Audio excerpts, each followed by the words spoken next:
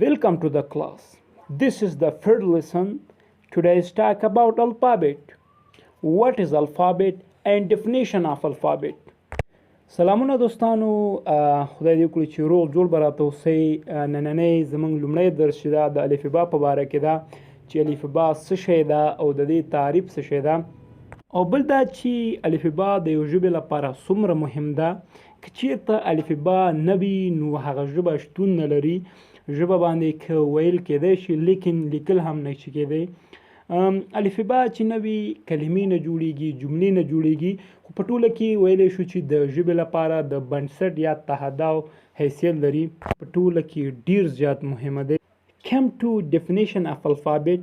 A set of letters arranged in order for forming words is called alphabet. الفبا تعریف ته راځو چې د تورو یو مجموعه ده چې د کلمو جوړولو لپاره استعمالیږي. ما مخکې ویلي که چیرته الفبا نه وي نو توري نه جوړیږي او دا توري چې دي د کلمې په جوړولو کې ډیر زیات مهم رول لري. همدغه توري دي چې کلمې ته جوړیږي، کلمې دي چې جملې ته جوړیږي او همدغه جملې دي چې ژبه ته رامنځته شوې ده او په دې باندې افهام او تفهیم کیږي. دا چې هر ژبه الفبا توري لري. په دې لړ کې انګلیس هم 26 دانې الفبا توري لري چې تاسو په تصویر کې ګورئ چې عینونیسا تر زیډه پورې په مستقیم شکل سره کولی شئ چې د دوی شکل او هغه توری وپېژنئ. Now come to meaning of alphabet. اوس راځو د الفبا معناګانو ته. تاسو ګورئ چې ما دلته لیکلي دي ای یعنې الف او عین او زور معنا ورکوي. بي همداسې د ب معنا ورکوي. سین چې دا د سین او کاف معنا ورکوي. دا بیا په خپل راز کې دوه حالتونه لري. لومړی دا چې هر کله چې د اس مخې ته آی ای وای واول حروفونه راشي نو غږ د سین جوړیږي، یعنی د سین غږ ورکوي. او کله چې او یو راشي نو بیا د کاف حروف غږ ورکوي.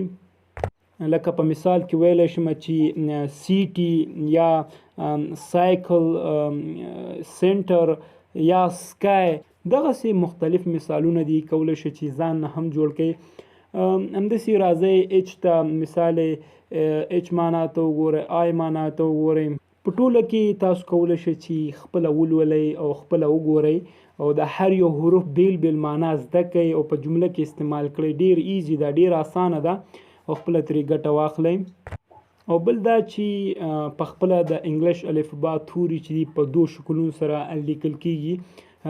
لومړي ته سمال لیټر یا کپیټل لیټر. اوس راځو د انګلیش الفبا تورو لیکلو ته. دا په خپل راز کې په دوه ډوله ده. لومړی کپیټل لیټر او دوهم چې دا سمال لیټر. کپیټل یعنی غټ توري او سمال لیټر یعنی واړه توري. تاسو ګورئ چې په لومړي شماره کې کپیټل لیټرز دي، یعنی هر هغه دا ټول توري چې په غټو حروفونو باندې لیکل شوي دي دې ته کپیټل ویل کیږي. او دوهم شمارې ته که راشو دا ټول واړه توري یا سمال لیټر چې دي دا په واړه لیکل کیږي، دې ته سمال لیټر ویل کیږي. دا د الفبا هغه جوړښت او چوکاټو کولی شي چې دواړه شکلونه یې وپېژنئ او په جمله کې په سالم ډول استعمال کړئ.